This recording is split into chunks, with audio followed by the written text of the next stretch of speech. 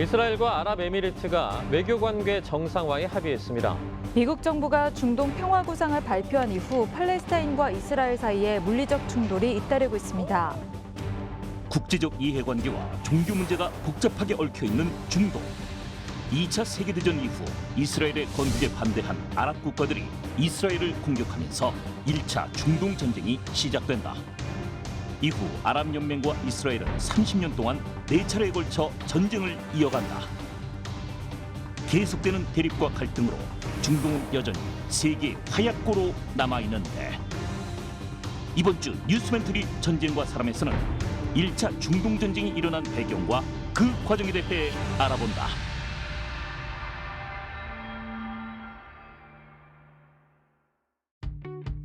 지피지기면 100점 불태입니다. 전쟁 없는 세상을 꿈꾸기 위해선 전쟁을 알아야겠죠. 뉴스멘터리 전쟁과 사람 진행을 맡은 허준입니다. 안녕하세요. 강미주입니다. 지난 시간 저희가 레바논의 이야기를 해봤습니다. 정말 복잡한 상황, 그리고 가슴 아픈 상황까지 알아봤는데, 그러면서 언뜻 거대한 구름이 보였습니다. 바로 중동이죠. 네, 아직도 이 중동의 한쪽에서 갈등과 대립이 지속되고 있습니다. 그래서 오늘은 그 역사적 시작에 대해서 알아보려고 하는데요. 먼저 임영하 소장님, 태상훈 기자님 모셔보겠습니다. 안녕하세요. 반갑습니다. 안녕하세요.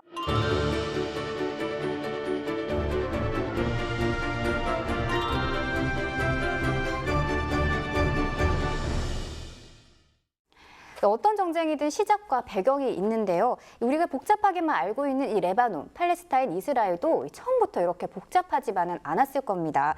박사님, 중동이 이렇게 서로 오랜 세월 동안 싸우고 죽이고 또 미국과 유럽이 관여하고, 이 시작이 도대체 어떻게 된 건가요? 솔직히 말씀드리면 네. 처음부터 복잡했어요. 그러니까 우리가 알고 있는 인류 역사의 가장 오래된 시기부터 복잡했어요. 그 우리가 알고 있는 중동전의 배경은 이제 유럽에 있던 유대인들이 이 팔레스타인 지역으로 오기 시작하면서부터 생기는 거죠. 여기엔 또 이제 기나긴 역사가 있는데, 유대인들이 전 유럽에 흩어져 살 때 네.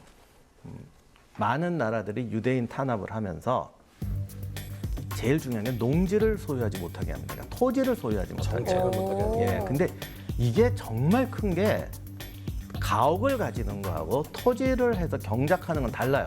옛날에 또 대부분 농업사회니까. 네. 이게 간단히 말하면 이런 거예요. 내가 이 나라에서 천년 만년을 살아도 그냥 외국인은 외국인인 거예요. 그러니까 유대인들이 농지를 소유하지 못한다는 게 유대인 입장에서는 굉장히 슬픈 얘기지만, 네. 다른 나라들은 또 나름 이유가 있어요. 그렇네요. 민족적 정체성을 가진 사람이 한 지역을 점거하면 언젠가는 분리독립 얘기가 나와요. 그러니까 유대인들이 농촌에 정착한 지역도 있긴 하지만 네. 또 이따가 주로 탄압을 받고 도시로 몰려 살게 됩니다. 그러다 보니까 소위 근대 사회가 됐을 때 네. 대학, 교육, 무역, 기술 가장 특화되고 선진적인 집단이 유대인이 되어버려요. 그래서 이제 19세기쯤 되면 이제 유대인들이 알게 되는 거예요. 이제 네. 금융이라든가 엔지니어링으로 이제 성공하게 되니까. 네. 그러면 우리의 이 능력을 가지고 낙후한 팔레스타인에 가서 신세계를 건설하자. 이런 이제 누군가 그런 꿈을 꿔요. 네네. 그리고 1차 세계대전이 발발을 하죠. 네. 네. 그러면서 정말 고양이 손이라도 빌려야 되는 국가들이 생겨나는 거예요. 심지어 대영 제국도 그때 당시에는 누구의 손이라도 빌려야 됐습니다. 그렇죠. 그러면 유대인들한테 도움을 받기 위해서 이 사람들한테 뭔가 당근을 줘야 될 거 아니에요. 네. 그렇게 만들어진 게 당시 영국의 외무장관이었던 아더 벨푸어라는 사람이 벨푸어 선언을 합니다. 네. 골자는 나중에 우리가 당신들의 독립을 지원하겠소. 네. 그러니까 이게 정확히 뭐 선언문이 있거나 이런 건 아니고 거의 편지 형식인데요. 근데 받아들이는 입장은 틀린 거죠. 그래서 드디어 우리 땅을 가질 수 있구나. 그러면서 굉장히 열망에 드디어 우리 독립하는 거야 이랬는데, 네. 그게 또 2차 세계대전이 터져버립니다. 아유, 타이밍하고는. 예. 네. 그래서 2차 세계대전이 터졌는데 우리가 아는 그런 비극이 그때 일어나죠. 무려 600만 명의 유대인들이 이 학살을 당하죠. 홀로코스트라고. 예. 그 일을 겪고 나니까 도저히 이제는 우리는 정말 독립국가를 갖지 않으면은 다시 이런 일이 벌어질 수 있겠구나라는 이 생각이 모든 유대인들, 그리고 심지어 그 홀로코스트를 본 다른 나라 사람들도 유대인들 불쌍하다, 이런 보편적인 생각을 갖게 됩니다. 네. 그러면서 유대인들이 이 독립국가를 만들려고 이 노력하는 시오니즘이 되게 여러 곳에 펼쳐 나가게 되죠. 그러니까 우리 모두가 사실은 기억하는 일기 중에 안내 일기. 그때 당시에는 모든 초등학생들이 안내가 내 친구처럼 느껴졌었어요. 근데 그 친구가 너무나도 불쌍한 친구로서 묘사가 되고 그리고 우리 모두가 그 홀로코스트에 대한 가슴 아픔을 알게 되었잖아요. 방금 말씀하신 것처럼 홀로코스트가 생기니까 네. 더 이상 유럽에는 살 수 없다 그러면서 수많은 사람들이 이스라엘로 가기 시작합니다. 싹 정리를 하고 떠나는 거군요. 그렇죠. 그래서 나치즘이 바로 하기 시작했을 때 20만 명이 집단 이주하고 오. 1947년이 되면 유대인이 60만으로 늘어납니다. 오. 근데 우리는 60만이 적어 보이지만 사실 100만이면 나라 하나 세워요. 그럼요. 지금도 작은 시가 2, 30만이면 작은 시잖아요. 그렇죠. 그래서 47년에 유대인이 60만, 팔레스타인인이 136만인데 이걸 뭐라고 해야 될까? 조직화된 능력으로 보면 네. 유대인이 이게 몇 배는 더 강해요. 아. 근데 지금 136만 팔레스타인에 60만이 이스라엘이면 절반 가까이란 말이죠. 맞죠. 팔레스타인인들은 그럼 이거에 대해서 거부감 없었어요? 있었을 것 같은데? 처음에는 유대인들이 토지를 사고 이럴 때까지는 그냥 그래 뭐 이 정도였습니다. 근데 계속 이 유대인들이 이 강한 결집력으로 세력을 넓혀 나가니까 네. 좀 불안해진 거죠. 게다가 이 나치즘이 유럽 땅에서 극성을 부리니까 꽤 갈등은 굉장히 많았고 간혹 그건 그 사건이 굉장히 폭력적으로 이 대두된 적도 있습니다. 근데 이게 정말 눈에 보이는 폭력이 된 게 45년에서 48년이에요. 딱 2차 대전이 끝난 시점이네. 예. 전쟁 때는 그래도 팔레스타인까지 가기가 힘들잖아요. 네. 교통편, 뭐 비행기편, 선박 거의 없기 힘들었거든요. 네. 하지만 전쟁이 끝나자마자 야 유럽에서 못 살겠다. 우리 독립된 좀 안전한 나라를 가자. 이러면서 옮겨오게 되는 거죠. 그러면 이스라엘이 자본력과 그 조직력과 이 하나로 이 정보를 뭉치는 능력과 다 갖고 지금 팔레스타인 와서 땅도 잔뜩 샀잖아요. 맞아요. 근데 그렇다라고 국가가 되는 건 아니지 않습니까? 그렇죠. 여기서 분리 독립을 뭔가 해야 될 거 아니에요. 그렇죠. 그러니까 2차 세계대전 끝나고 이제 팔레스타인도 우리도 그러니까 다 눈치챘잖아 이제. 1947년에 유엔에서 이제 분할 결의안이 통과됩니다. 근데 이때 이제 팔레스타인이 격렬하게 반대를 해요.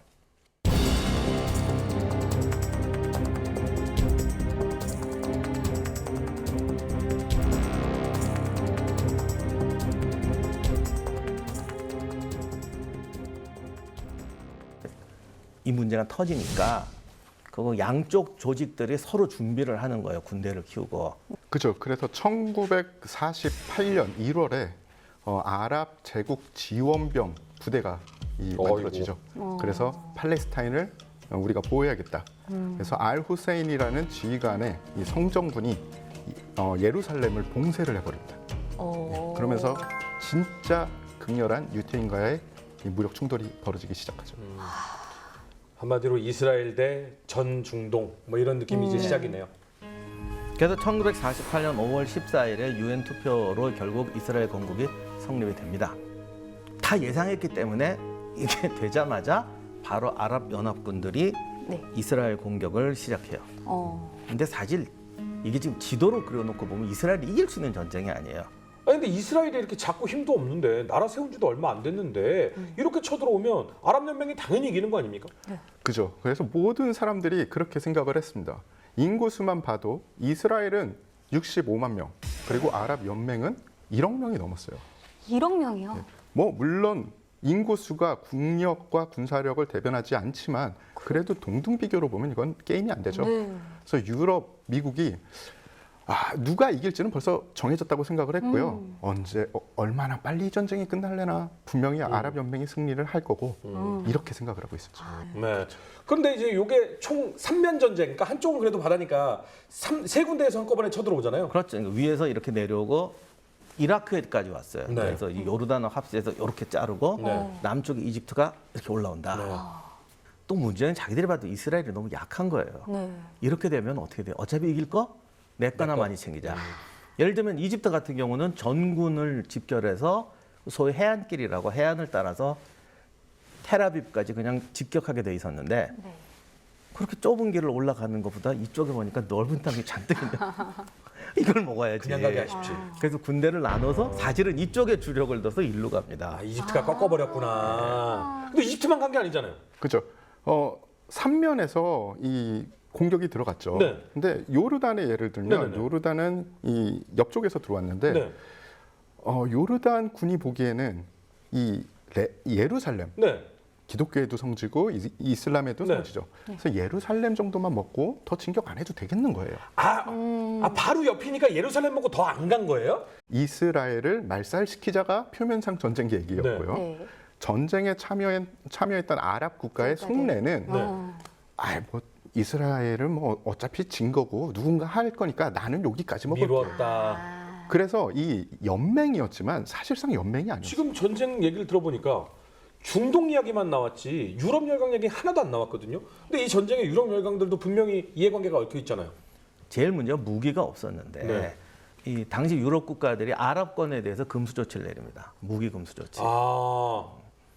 사실은 이스라엘도 만성적인 무기 부족이 있었어요. 어허. 왜냐하면 군대가 없었거든요. 네. 근데 전쟁이 벌어지면서 무기를 많이 가져와야 됐던 거죠. 네. 그런데 일부 국가들은 이스라엘한테 팔기가 조금 그런 거예요. 왜요? 아랍 연맹 눈치가 보이잖아요. 다른 나라들이 있으니까. 그렇죠. 네. 게다가 이 잠정적인 자기 고객인데 네. 이게 이스라엘이 더 많이 사줄지 아랍 연맹이 더 많이 사줄지 이걸 모르잖아요. 그런데 또 이 뒤에 큰 손이 하나 나타납니다. 누구요? 이 소련이죠. 그렇지. 소련은 아랍 쪽에서 자기의 영향권, 소련의 영향권을 넓히고 싶었어요. 네. 그런데 딱 보니까 이스라엘 괜찮겠는데 투자 한번 해볼까 하죠. 그래서 소련제 무기를 주면 너무 또 그렇잖아요. 그러니까 자기의 위성 국가인 체코의 무기를 줍니다. 이게 여기서 또 재미난 그림이 벌어집니다. 그 얘기를 2차 세계대전으로 돌리면요. 2차 세계대전 때 이 체코가 공업력이 굉장히 발달했기 때문에 이 나치 독일의 무기를 많이 만들어요. 그러니까 거기에 생산 기반 시설이 다 있는 거예요. 네. 네. 그러니까 이 친구들이 뭐를 하겠습니까? 이 나치 독일의 무기를 생산하는 그 공업력 그리고 기계 네. 이거를 이스라엘에 수출을 하고 그 무기를 이스라엘 그대로 수출하는 거예요. 즉 표면상으로 보면 이스라엘은 나치 독일의 무기를 가지고 싸우는 것 같아요. 네, 독립을 위해서. 야, 이거 조금 정말 아이러니다. 반대로 아랍 연맹은 영국군이 이 철군하면서 남겨놨던 그 다량의 영국군 무기로 싸웁니다. 네. 그러니까 어떻게 보면은 2차 세계대전의 반대 그림이 되는 거죠. 수천 년 동안 나라 없이 세계 곳곳에 흩어져 살던 유대인. 2차 세계대전 때 있었던 홀로코스트를 계기로 유대인은 팔레스타인으로 대거 이주한다. 팔레스타인의 아랍인과 유대인은 심한 갈등을 겪는다. 1947년 국제연합은 문제 해결을 위해 아랍 지역과 유대인 지역을 나누기로 한다. 1948년 유대인은 팔레스타인의 이스라엘 건국을 선언한다. 이 선언은 1차 중동 전쟁의 서막이 된다. 네, 체계적이지 못했던 아랍 국가들 그리고 무기와 정보에서 유리했던 이스라엘인데요. 그럼 이 두 나라의 승패를 결정지었던 전투도 있었겠죠?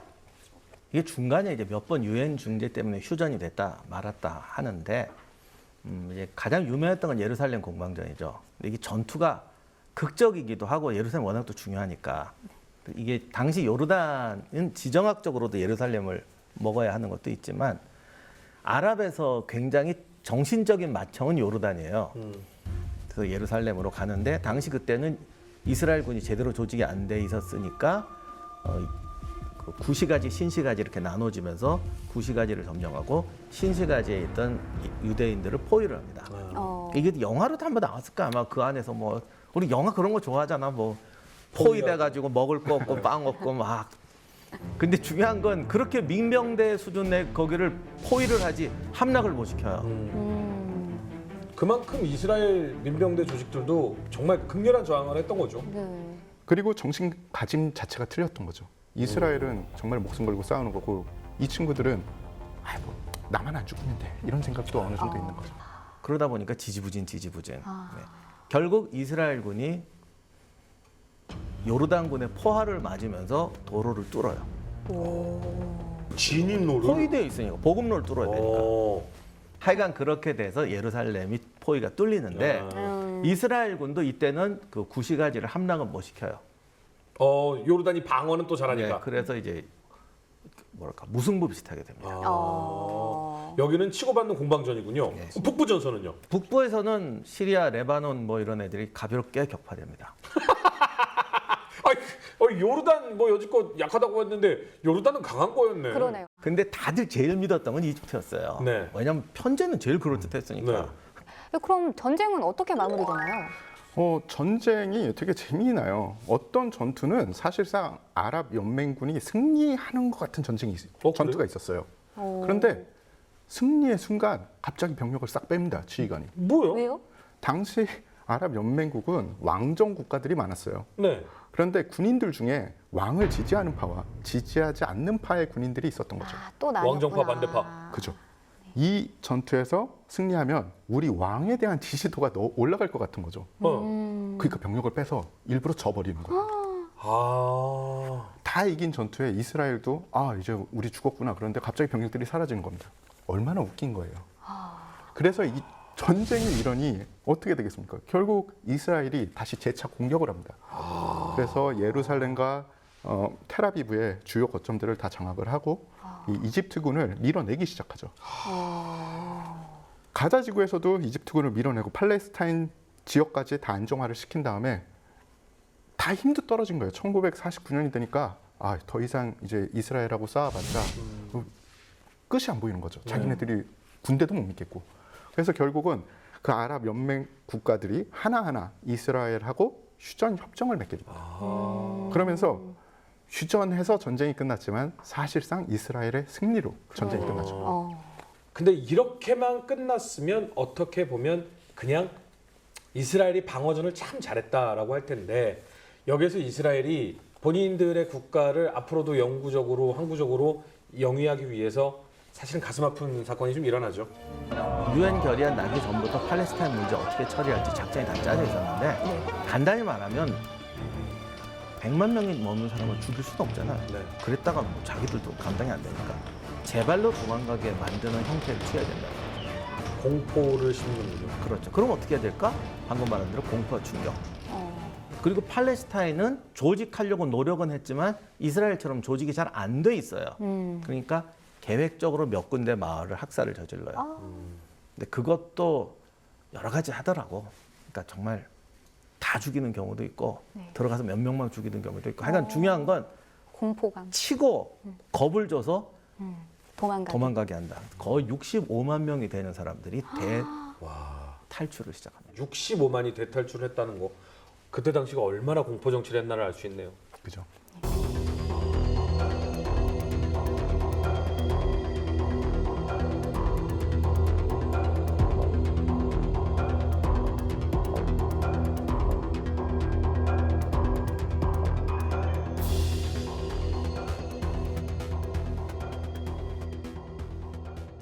오늘 중동 정쟁에 대해서 얘기를 나눠봤습니다. 두 분 정리 말씀 한 말씀 해주시죠. 많은 분들이 중동 문제를 이스라엘과 팔레스타인 문제를 축으로 놓고 봐요. 근데 이건 이제 우리 시대의 이야기예요. 중동은 그야말로 4,000년이 넘는 역사적 배경이 있습니다. 이게 정말 복잡하게 꼬여 있어요. 네. 그리고 4,000년 전부터 어떤 전쟁도 일국의 전쟁이 아니라 외세와 국제 정세가 개입되는 전쟁이었어요. 그게 지금은 더 넓어졌어요. 전 지구적으로. 그래서 우리가 뭐 중동 문제를 우리가 해결할 문제는 아니지만 우리하고도 이렇게 밀접한 관계가 있으니까 그래서 중동 문제는 절대로 하나의 프레임으로 보면 안 되고 이게 계속 바뀌어요. 그러니까 근본적인 것이 여기가 아프고 여기가 아프고 뭐 여기가 아프고 이런 식이기 때문에 굉장히 이런 구조를 알고 역동적으로 봐야 된다. 그래서 중동전이야말로 전체적인 역사적 구조를 이해하고 국제 정세 속에서 정확하게 판단해야만 이해할 수 있다. 중동의 문제는 지리적 혹은 경제적, 군사적으로만 우리가 판단할 수 있는 문제가 아닙니다. 이슬람교라는 게 사실은 제일 오래된 종교 중에 하나예요. 그러면서 우리가 모르는 수많은 역사가 있어요. 그거를 우리 기준으로 재단을 한다는 건 제가 보기에는 그러면 좋은 결론을 얻을 수가 없어요. 잘못된 결론을 얻게 되는 거죠. 결론적으로 이 중동에 대해서 우리가 이야기하고 바라볼 때는 좀 더 중동의 시각을 알아가야 될 그럴 필요가 있다고 생각을 합니다. 한순간에 국제 정세는 어떻게 될지 아무도 모릅니다. 뉴스멘터리 전쟁과 사람을 보시면 아마도 그 정세를 알아가는데 조금은 도움이 되지 않을까라는 생각이 듭니다. 두 분 모두 수고하셨고요. 민지 씨도 수고 많으셨습니다. 여러분 감사합니다.